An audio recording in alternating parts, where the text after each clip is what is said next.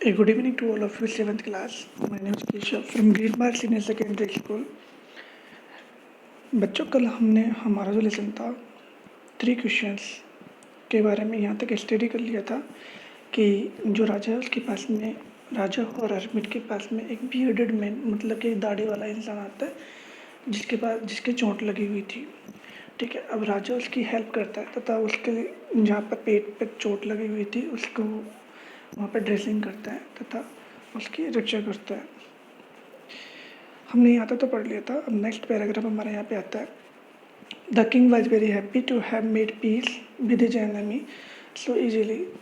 अब राजा को पता चल चुका होता है क्योंकि वो खुद बता देता है, जो बियर्डेड मैन था वो उस राजा को बता देता है कि वह राजा को मारने आया था, लेकिन राजा ने उसके ऊपर उपकार किया है उसकी सहायता करके, उसको बचाकर।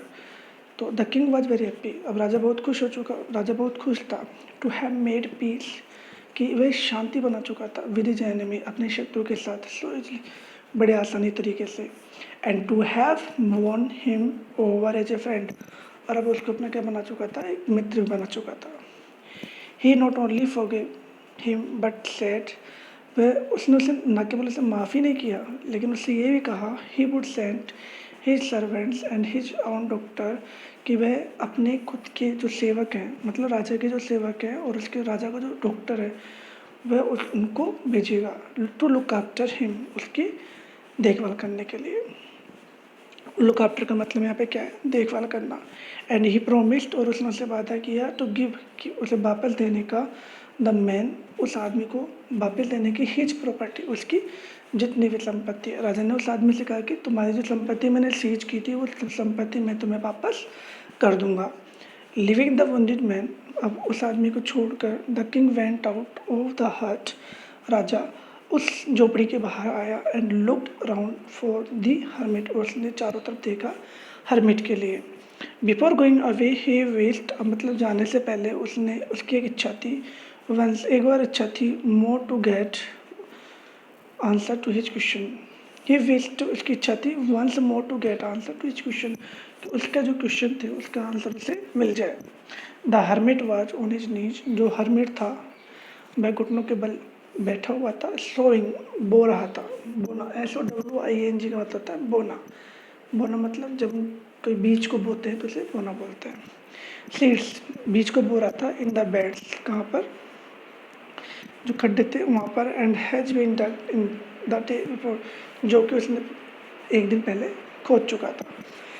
The king went up to the hermit and said, जो राजा है वो हर्मिट के पास गया और उसने कहा, फॉर द लास्ट टाइम, अब ये मेरे पास लास्ट समय है, आई बेग यू, मैं तुमसे प्रार्थना करता हूँ कि तुम आंसर, कि कृपया करके मुझे आंसर दो माई क्वेश्चंस, मेरे क्वेश्चंस के। वाइज मैन, हे बुद्धिमान आदमी, you have already been answered. अब वो जो हर्मिट था वो कहता है कि तुम्हें तुम्हारे क्वेश्चन के आंसर तो मिल चुके हैं। सेड द हर्मिट, उस हर्मिट ने कहा, still bending down to the ground, अब वह क्या, अपने पैर को घुमाकर, लाइक घुटनों को टर्न करके बैठा हुआ था जमीन पर। एंड लुकिंग अप, और वह देख रहा था, एट द किंग, राजा की तरफ, as he stood before him, जो कि उसके सामने खड़ा हुआ था। How have I been answered, मुझे आंसर कैसे मिल चुका है। व्हाट डू यू मीन, इसका मतलब क्या है। डू यू नॉट सी, क्या तुम देखते नहीं हो, रिप्लाइड द हर्मिट, उस हर्मिट ने आंसर दिया। If you have not pitied my weakness yesterday, यदि तुमने मेरी कमजोरी पर दया नहीं दिखाई होती, PITIED का मतलब यहाँ पे दया दिखाना। And had not dug these beds for me, और जो तुमने छोटे छोटे खड्डे खोदे हैं, ठीक है, यदि नॉट डग फॉर मी, यदि तुम मेरे लिए, मतलब कि इनको यदि तुमने मेरे लिए नहीं खोदा होता, you would have gone away, और तुम जा चुके होते, then that man would have attacked you, तो अगर तुम यहाँ से चले जाते बिना खड्डे खोदे, ठीक है, तो फिर क्या होता, तो वो जो आदमी है वो तुम पर अटैक करता, तुम पर हमला करता। And you would have wished you had stayed with me, और you would have wished you had stayed with me. अब क्या हुआ कि लाइक तुम्हारी इच्छा थी यहाँ पर रुकने की, तो इस वजह से तुम रुक गए। So the most important time, इसलिए सबसे अच्छा समय क्या है, टाइम, वैन, वॉच क्या था, when you were digging the beds, जब तुम जो खड्डे खोद रहे थे। एंड आई हुआ द मोस्ट इम्पोर्टेंट मैन, और मैं एक सबसे अच्छा महत्वपूर्ण आदमी था तुम्हारे लिए। And to do me good was your most important business, जिसने कि तुम्हारा सबसे अच्छा बिजनेस करने में सहायता की। Afterwards when the man ran to us, अब इसके बाद क्या हुआ, जो वो आदमी हमारे पास भाग के आया था।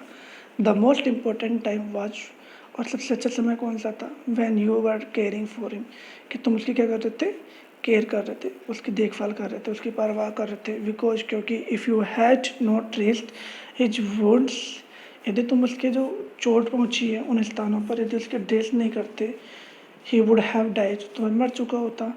Without having made peace with you, बिना किसी शांति स्थापित किए हुए। क्यों? क्योंकि मतलब कि तुमने उसकी जहाँ पे चोट पहुँची तो वहाँ पर ड्रेसिंग की, अब ड्रेसिंग करने के बाद में ठीक है वो आदमी अब तुम्हारे साथ बिल्कुल शांत तरीके से बात करेगा, शांत तरीके से रहेगा, वह उसके मन में कभी नहीं आएगा कि वह तुम्हें मारे। सो इसलिए he was the most important man, तो वह जो व्यक्ति था वो तुम्हारे लिए क्या था, एक सबसे महत्वपूर्ण इंसान था। And what you did for him, और जो तुमने भी उसके लिए किया, was your most important business, वो तुम्हारे लिए क्या था, सबसे अच्छा बिजनेस व्यवसाय था।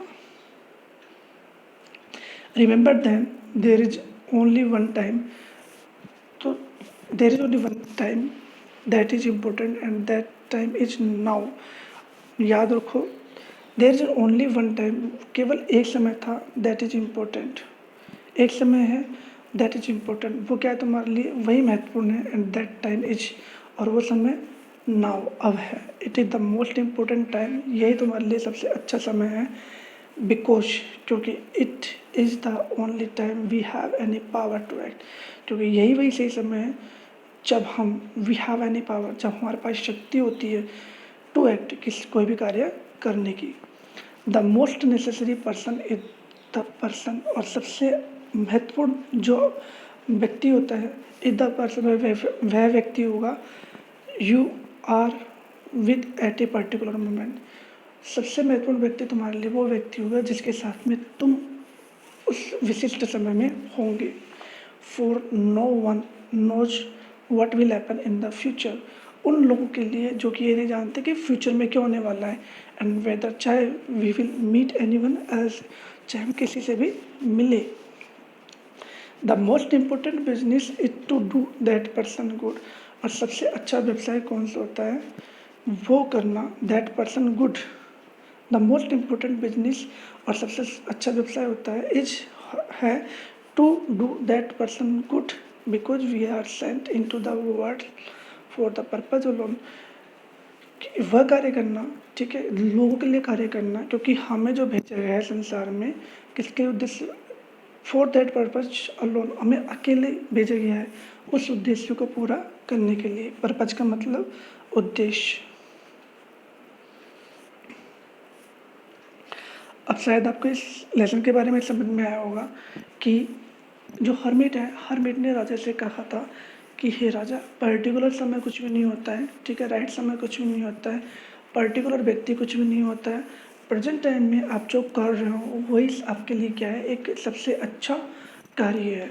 तो राजा को जो तीनों क्वेश्चन थे उनके आंसर मिल चुके थे, ठीक है। आप इस तरीके से इस लेसन को अच्छे तरीके से रीड आउट करोगे। फिर भी यदि आपको कोई लेसन समझ में नहीं आएगा, देन हम इसको वापस रिपीट से कर सकते हैं। अब आप इस लेसन को अच्छे तरीके से रीड आउट कर लीजिएगा, ठीक है, और इसकी जो स्पेलिंग्स एंड मीनिंग्स है उनको लर्न कर लीजिए। लर्न करने के बाद में आप अपने पेरेंट्स को स्पेलिंग मीनिंग जो आपने लर्न की है, ठीक है, वो उनके सामने बता सकते हैं। क्वेश्चन आंसर के लिए मैं आपको बताना चाहूँगा, क्वेश्चन आंसर में मैं आपको बताना चाहूँगा, इसमें जो दिए हुए हैं टेक्सचुअल क्वेश्चन देख लेते हैं एक बार। Working with the text, answer the following question. Why was the king advise to go to magicians, मतलब कि राजा को ये एडवाइस क्यों दिया गया था कि उसको जाना चाहिए मैजिशियंस के पास में। अब इसका आंसर क्या है, वह यानी क्यों। देखो, जब भी कोई क्वेश्चन आप करते हो तो सबसे पहले क्वेश्चन को समझो। यहाँ पर देखो WHY, वाई, वह यानी क्यों। अब हमें रीज़न बताना है कि राजा को मैजिशियन के पास में जाने के लिए सलाह क्यों दी गई थी। Answer, some wise people were of the view that certain urgent issues could not wait for the council's decision. In order to determine the right time to settle the matters, it is necessary to look into the future, and only the magician could do that. Therefore, the king was advise to go to the magicians. मतलब कि future में जो भी कुछ होने वाला है, ठीक है, फ्यूचर में सर्टेन समय में जो कुछ भी होने वाला है वो केवल एक मैजिशियन ही बता सकता है। इसलिए लोगों ने कहा कि आपको मैजिशियन के पास में जाना चाहिए, क्योंकि मैजिशियन ही एक ऐसा व्यक्ति है जो कि फ्यूचर में घटित होने वाली घटनाओं को आपको पहले ही बता देगा कि इस समय आपको ये करना है और अभी ये होगा। Question number 2 है, in answer to the second question, whose advice did the people say would be important to the king। अब तो दूसरा क्वेश्चन था, तो इसमें क्या होता है, whose advice, किसकी सलाह, did the people say would be important to the king। तो जो राजा के लिए किसकी सलाह सबसे ज़्यादा इम्पोर्टेंट होगी। While answering to the second question, अब दूसरे क्वेश्चन का जो आंसर आता है, some wise people said that the most important people to the king were his counselors. Some other thought they were priests. A few others chose the doctors, and yet some others said the soldiers were most important, necessary।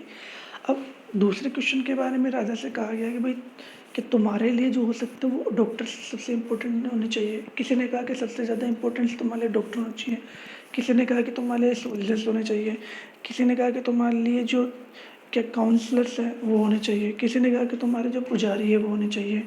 तो सब ने अपने अपने अलग अलग मत, मतलब कि अपने अपने विचार है वो राजा के सामने पेश किए। क्वेश्चन नंबर 3 है, what suggestion were made in answer to the third question. और जो तीसरा जो क्वेश्चन था उसके लिए क्या सजेशन राजा को दिया गया, मतलब कि किस प्रकार का सजेशन राजा को बताया गया। अब इसका आंसर होगा, the answer to the third question were also varied. Some suggested that science were the most important business. अब किसने कहा कि साइंस से सबसे ज़्यादा क्या है, साइंस विज्ञान जो कि मोस्ट इम्पोर्टेंट बिजनेस है, ठीक है, फॉर द किंग, किसके लिए, राजा के लिए। To do and other said it was fighting battles where where some other suggested religious worship. अब किसी ने कहा कि लाइक कि आपको जो फाइटिंग है, ठीक है, जो कि लड़ाई होती है मैदान युद्ध में, उस पर ज़्यादा ध्यान देना चाहिए। और किसी ने कहा कि आपको डॉक्टर्स पर ज़्यादा, सॉरी, आपके जो रिलीजियस वर्शिप है, धार्मिक पूजा है, उस पर ज़्यादा ध्यान देना चाहिए। Did the wise man win the reward, if not why not. क्या जो वाइज मैन है उसने रिवॉर्ड जीता था, यदि नहीं तो क्यों नहीं।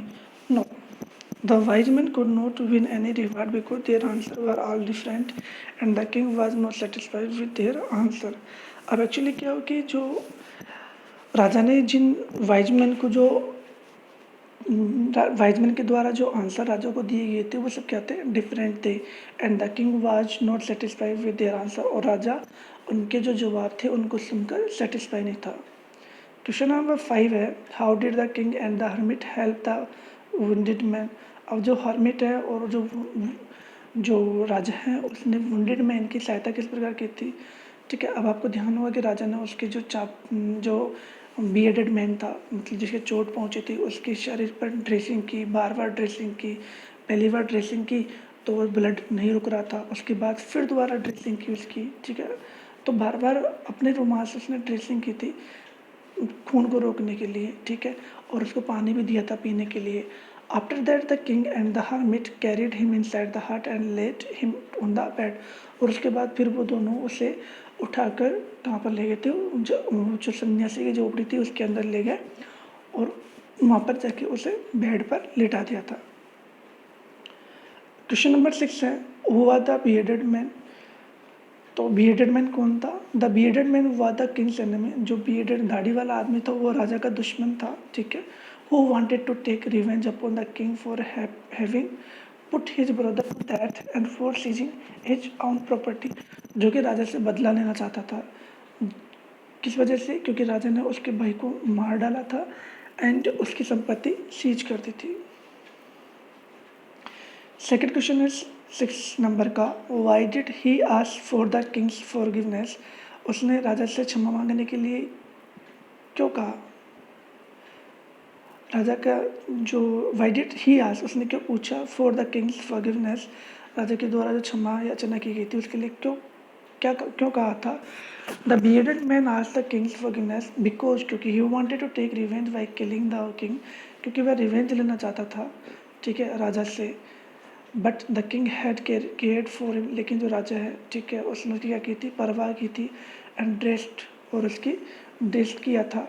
His wound to save his life, उसकी जो चोट पहुंची थी और उसके जीवन को बचाया था। This made him feel guilty, और इसने उसको बना दिया था गिल्टी, दोषी बना दिया था। उसको महसूस हुआ, उस बियर्डेड मैन को महसूस हुआ कि यार ये व्यक्ति मेरे साथ इस तरीके से बिहेव कर रहा है और मैं इसे ही मान रहा हूँ, इसलिए उसे गिल्टी फील हुआ था।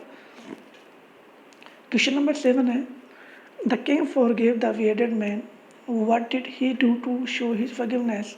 जो राजा है उसने क्षमा कर दिया था उस बियर्डेड मैन को। What did he do to show his forgiveness, मतलब कि राजा ने क्या किया था ऐसा, उसने अपने क्या दिखाया था। फॉरगिवनेस मतलब क्षमा याचना को दिखाया था, किस प्रकार से दिखाया था।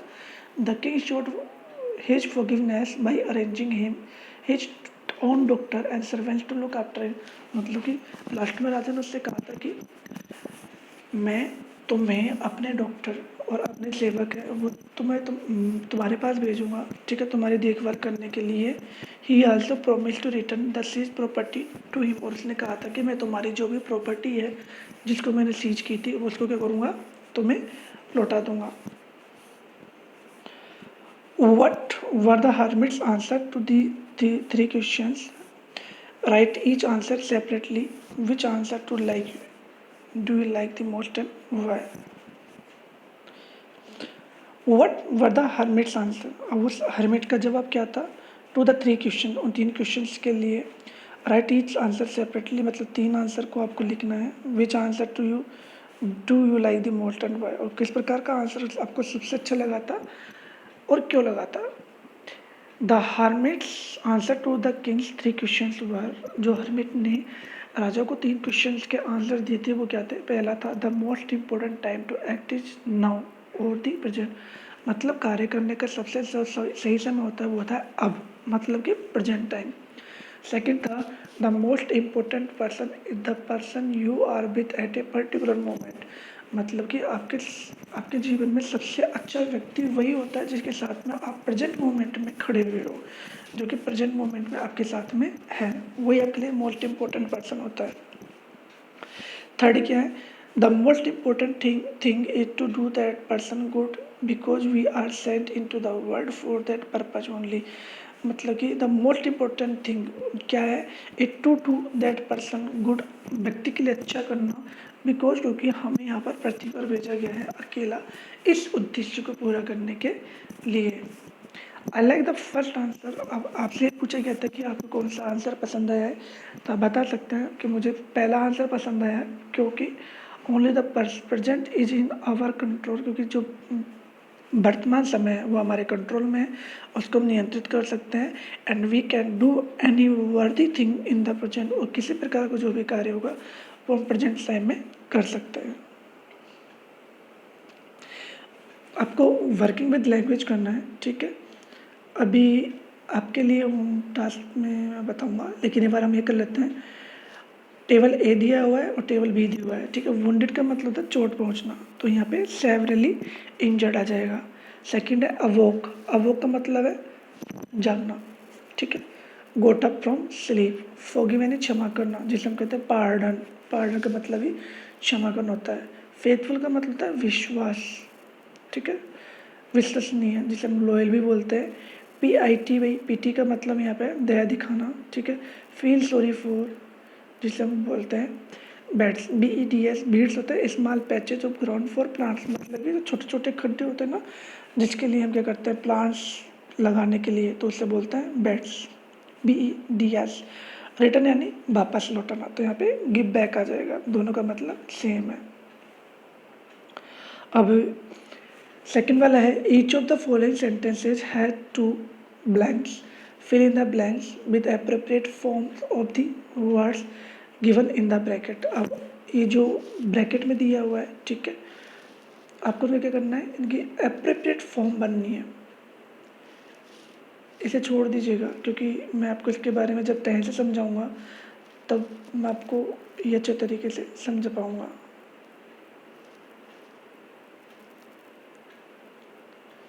ठीक है, इसको छोड़ दीजिएगा, क्योंकि मैं आपको ये के साथ ही समझाऊंगा। तो thank you, thanks a lot of you. अच्छे तरीके से इस लेसन को रीड आउट करके अच्छे तरीके से इसका जो भी होमवर्क मैंने दिया है, ठीक है, होमवर्क में आपको क्या करना है, first answer the following questions करना है और सेकंड वाला आपको करना है जो मैच द टेबल है इसे कर लेना। ठीक है, thanks a lot of you, thank you.